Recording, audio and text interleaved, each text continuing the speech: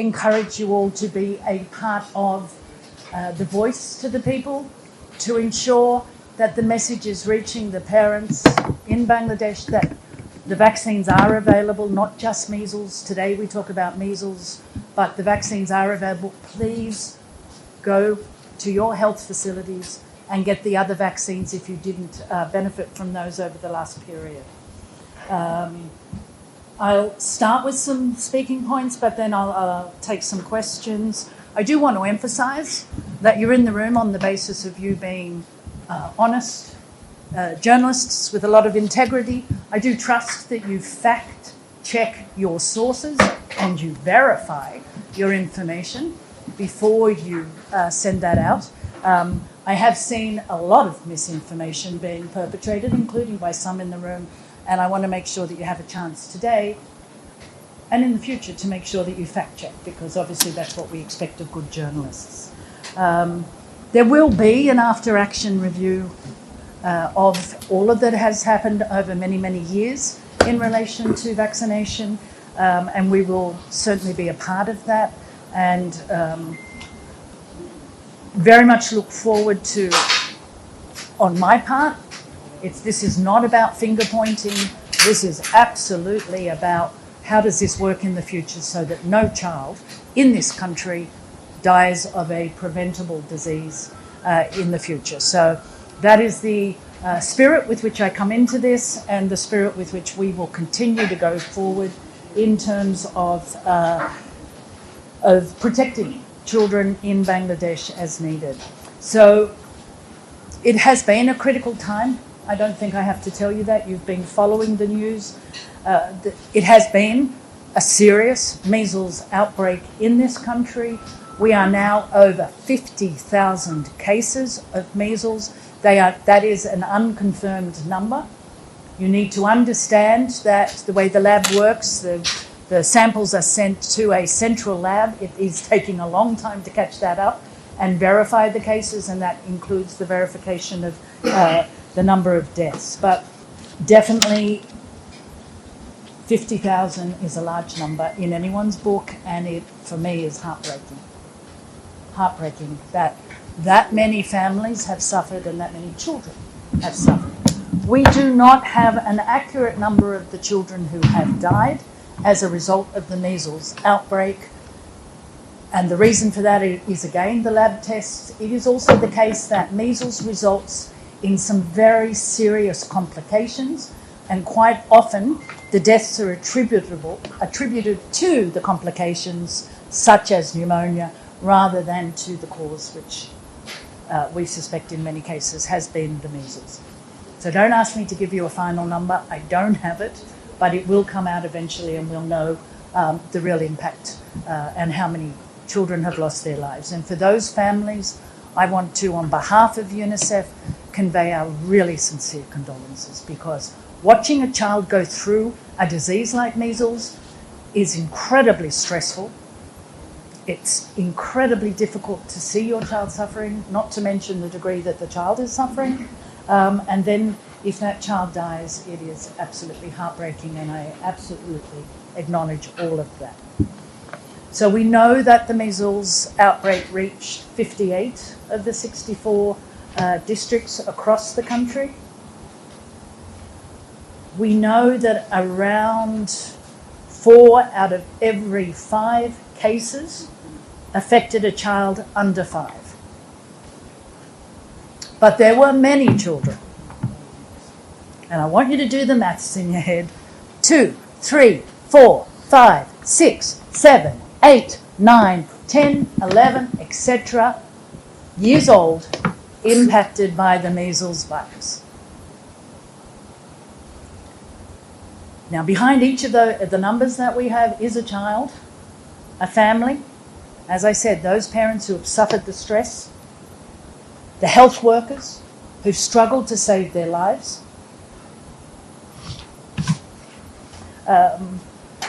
and again, when you get measles and you are a healthy, well-nourished 8-year-old, the odds should be that you can fight off that disease. Should be. if you're not in the number who are going to get the complications, the brain hemorrhaging, the pneumonia, etc. Yeah. So as a parent to ever decide not to vaccinate, and I'm not saying that's what parents in this country do, but they do in some, makes zero sense because of the degree to which the children can suffer and the degree to which that disease can ravage young bodies. It is one of the most contagious diseases in the world. That's why the vaccines are critical. If we're talking COVID, and I know some of you were here for previous briefs, if we're talking COVID, we're talking one person infected, maybe 3 to 5 people. When you're talking measles, you're talking up to 20 other children can be affected. Yeah. So that level of contagiousness really means that you've got to control the spread so that because it is so very, very, it's in the air, everybody's vulnerable to it. And if you do the math again on how many people in the past weren't vaccinated, and I don't know how many of you in the room, but I will tell you honestly, I am too old to have been vaccinated in my country because the vaccines came in after those ages. There are also thousands and thousands, tens of thousands of adults in Bangladesh who will not have been vaccinated as children. And they can be carriers, and they can also get incredibly sick. So I don't just worry, I do worry about the children, that's our job and that's our focus, but honestly, the grandparents and the elderly become incredibly vulnerable, etc. So vaccines are critical, and I'm honoured to serve as a part of an organisation that has prioritised vaccines. So from the 5th of April, as you know, the rollout of the emergency vaccine campaign was kicked off. Now that initially set out to reach 30 high-risk upazillas. It has then gone through various stages through the city corporations being reached, then expanding it again. And the target that the ministry set to reach was 18 million. I will tell you honestly, I did not think they would get there in the time that they had. But they have achieved 18 million doses into arms of children, and I want to celebrate that. And I want Bangladesh to celebrate that because every week there is a delay in responding to any kind of disease outbreak of this nature can result in an 8-fold increase in the number of cases. So the fact that the response was immediate, it was hard-hitting from the ministry, for that I am very grateful. And the fact that they've reached 18 million children, I want you to celebrate that. I know many. I've worked in, this is my 8th country for UNICEF. The way EPI's departments work in all countries, there aren't many who could pull off 18 million. I mean, that's the population of many of the countries of the world. That is a significant achievement, and we should be celebrating that. I think it's absolutely, and I was obviously a part of the meeting with the minister where that decision was taken. It was a very decisive moment for the ministry to move quickly. I won't say that I was silent in pushing for that, but I will say that absolutely welcome that the ministry jumped and moved. And there have been many, many actors who jumped in terms of supporting that. IFRC, other NGOs, WHO, the role that Gavi played, the funding that came from the government of the United States. And I will tell you honestly, we've received funding from the people of many of the countries, such as France, Germany, other funding from the people of the US, etc. So there has been a global solidarity with Bangladesh and a global shared concern whenever an outbreak of this magnitude happens. I want to thank also the country, the vaccinators across the country, the health assistants, the volunteers, the community workers. I know in that meeting with the minister, he said all leave is cancelled. Everyone, it's all hands on deck, and it's the whole ministry behind this. That is what it takes to pull off reaching 18 million children in a, a month, just over a month. And we could see the results of the vaccination. So as those 30 high-risk oppozillas were reached, we could see the numbers go up and then they start to plateau. And that means you've started to get your vaccine out where you need to, and the vaccine's doing what vaccines do, which is protecting further spread. So being able to get it across the country and make it available was essential, and that is a really valuable lesson for other countries in terms of how do you respond to a major outbreak. Thank you. Are there lessons? Absolutely. No outbreak emerges suddenly overnight. There are circumstances that lead to that, particularly and always in the case of a vaccine preventable outbreak. So the after-action review is going to be critical. We are going to look at why, for many years, around 500,000 children are missed every year. That's a rough estimate, so don't be holding my hands to the fire in the future on that number.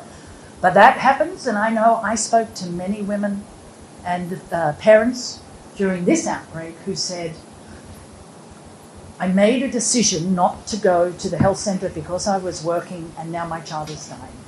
How could I have done that? So absolutely, your message to parents about the importance of the routine vaccination is critical, and supporting parents to get their kids to those health facilities or to convene children in the spaces where we find children, like preschools, etc., is something we'll be looking at in the future.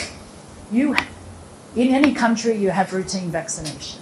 You don't usually have campaigns. So the fact that campaigns were being held gives you a clue that already children were being missed. And there have been campaigns held, I know after the 2019 outbreak, there were campaigns held in 2020. Yeah? So you want to move to a place where your routine vaccinations are working properly, reaching the children who need to be reached, providing the vaccine, and ensuring where a busy parent hasn't been able to do it, there are opportunities, and they are reminded when they come to the health centre, and it remains a priority for the health centres.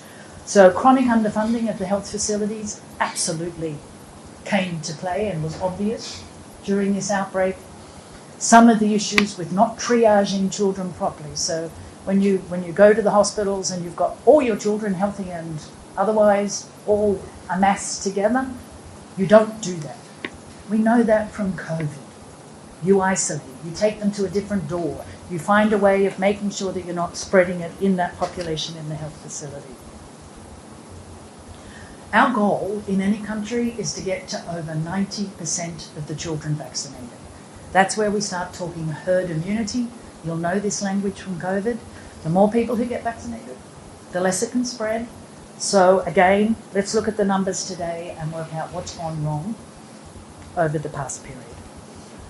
What's happened with the surveillance data? Where was that? What happened with the administrative data over many years in terms of the kinds of issues? We'll have to look at these and work out where the issues are and how we move forward. So in terms of the bringing of vaccines into Bangladesh, I want to say a few words about that. As you will all know, UNICEF is a major provider of vaccines across the world, and I have to say that in all areas of procurement, and it's a requirement of me as well, we do very transparent, very publicly available open bidding for anything that we buy. It is the most honest way to go. However, in the case of vaccines, because they are a very specialised item, and because you are covering not just 100,000 people with an antibiotic or whatever, your goal is to reach a very large number of children, etc. Because you need to ensure that you have WHO approved vaccines. So it is not the cheapest vaccine that you go for. It is the ones that have been proven to be effective and not cause side effects that you go for. So UNICEF made a decision years ago to invest and procure vaccines for the world. We procure on behalf of a majority of countries in the world. We have direct relationship with the vaccine manufacturers who are checked regularly in terms of their standards. And because we're buying in such large numbers, we achieve economy of scale in the price. So you cannot undercut the bid. You cannot undercut the cost that UNICEF gets. We know that. So, for example, when the Philippines put theirs out to open bid a couple of years ago, a year and a half later, they could not get the vaccines into the country because the bids were too high and were not acceptable to the government. So I'm not saying, I want to be clear that this is not we're saying this because UNICEF's self-interested. I'm saying this because I care about saving children's lives, and UNICEF does not make a profit from the vaccines. So go to the UNICEF Supply Division website where all of our numbers are transparent. And you will see, for those of you who have misquoted costings, you will see that the Gavi vaccines are a 4% overhead and the routine vaccines are 3%. That just covers the people who organise the planes and the movement and the ordering numbers and getting them to all of the countries across the world. We do need staff in our supply division to do that, and there is a very small percentage for that. Please note, none of that money comes to this office. So on that, be very clear, verify and fact check by all means. I'm happy to clarify your misinformation before you print it and embarrass yourselves. Now, in terms of vaccine planning that has happened, obviously Bangladesh has gone through quite a transition period over the last couple of years. Let's be very clear. The failure to order vaccines was not the result of no money in the Ministry of Health. The funding was provided by the Ministry of Finance. The funding was in the budget. This is not about needing a little bit of COVID money from ADB. That's a red herring. The reality is the budget was there. It was the decision around how to procure that had created a delay. And that will be the subject of an investigation, which I welcome.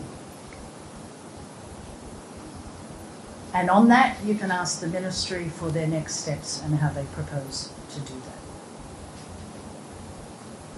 Vaccine procurement is not about, how many vaccines do we have on the shelf today? Let's order tomorrow so we can get them into children's arms the day after. You have a process that must be followed. You're talking millions and millions, tens of millions of vaccines that you need to give a heads up to the manufacturers. You need to have your planes that have to be cold chain ready. You need to have your equipment in country. You need to have your cold chain across the country, etc. ready. It is a whole process. It doesn't happen overnight. When this happened and we were asked by the government, just move on all of the vaccines that are a problem, we got the vaccines in country in a month. And I will tell you honestly, I have never seen us be able to move vaccines that fast. And I did it by asking kindly for our supply division to take it away from another country and to give it to Bangladesh and get the vaccines we had asked for to go, etc. Yeah. So again, global solidarity, a system that made sure Bangladesh was prioritised, a fabulous response from our colleagues in supply division who were asked to drop everything on the vaccines and on the vitamin A to make sure it was in country. Any disruption in that process can cause a delay, and a delay risks an outage and an outage risks an outbreak. And that's what we always want to avoid, and any focus now, it is going to be on ensuring that that never happens again in the future, that the process is clear, the procurement is clear. Now, there was a decision taken by the interim government that I very much welcomed, which was the decision to move the funding from vaccines from development partners, so relying on the generosity and maybe some money from here or there, to putting it on the revenue budget. So ensuring that central funding was available for the vaccines. That happened, that funding was available. That meant a different process to procurement needed to happen, or a different part of the ministry needed to do the procurement. But a lack of money was never the problem, to be true.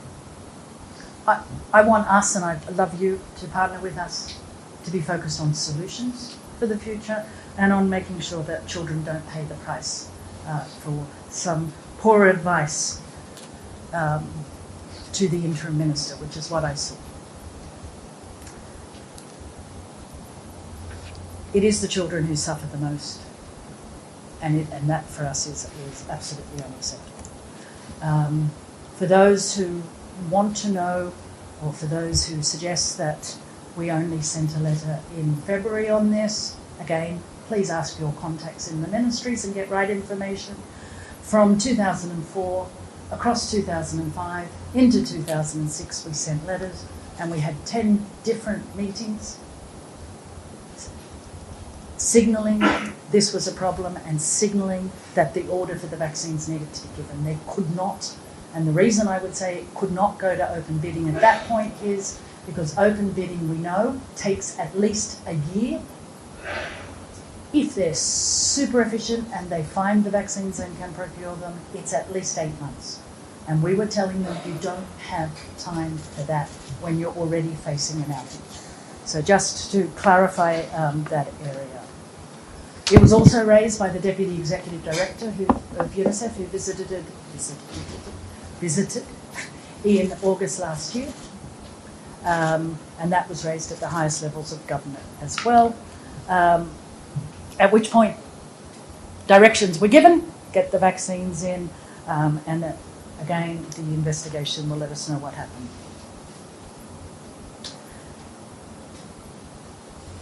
Our focus throughout this, and it's our mandate and one that we hold on to passionately, is saving children's lives. This was about saving children's lives. This has been, and the result has been that we have saved, not we. The response has saved children's lives, and for that, I'm very happy to have been a small part of it. I want to make a couple of other key points that I wrote on the back of something. Okay.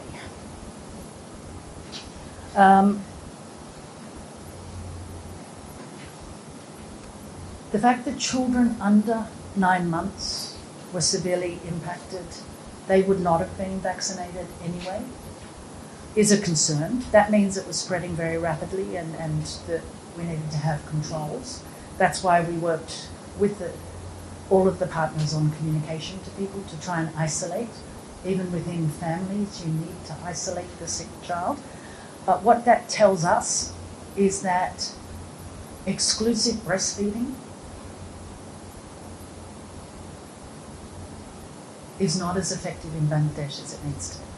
So where you've got a number in Bangladesh, and I think it's about 56.2% of women who exclusively breastfeed. That means they only breastfeed for the first 6 months. Now, for those of you who don't understand, the magic elixir that is breast milk is that it doesn't just feed the child. It passes immunity from the mother to the baby. It is absolutely critical to build the child's resilience to all manner of disease. And that's why for 6 months, exclusive, only breast milk is critical so that the child is getting, and it changes formula depending on the child's growth moment. I mean, it's truly, the more you know about it, the more magical it is. But in this case, if a child had been breastfed by a mother who was immunised, then they would have had far more protection from any of these diseases. And so another message I'm hoping you will get out there, and I'm hoping you will help fathers be the support person to mothers to breastfeed. I'm hoping you will help businesses have breastfeeding spaces so that women can work and breastfeed, because that is what they do in many countries in order to ensure that the children are really, truly protected from some of these diseases. I might pause there. I have some other issues I suspect you'll come back to, so I'll wait for the questions and then we'll take it forward. Thank you.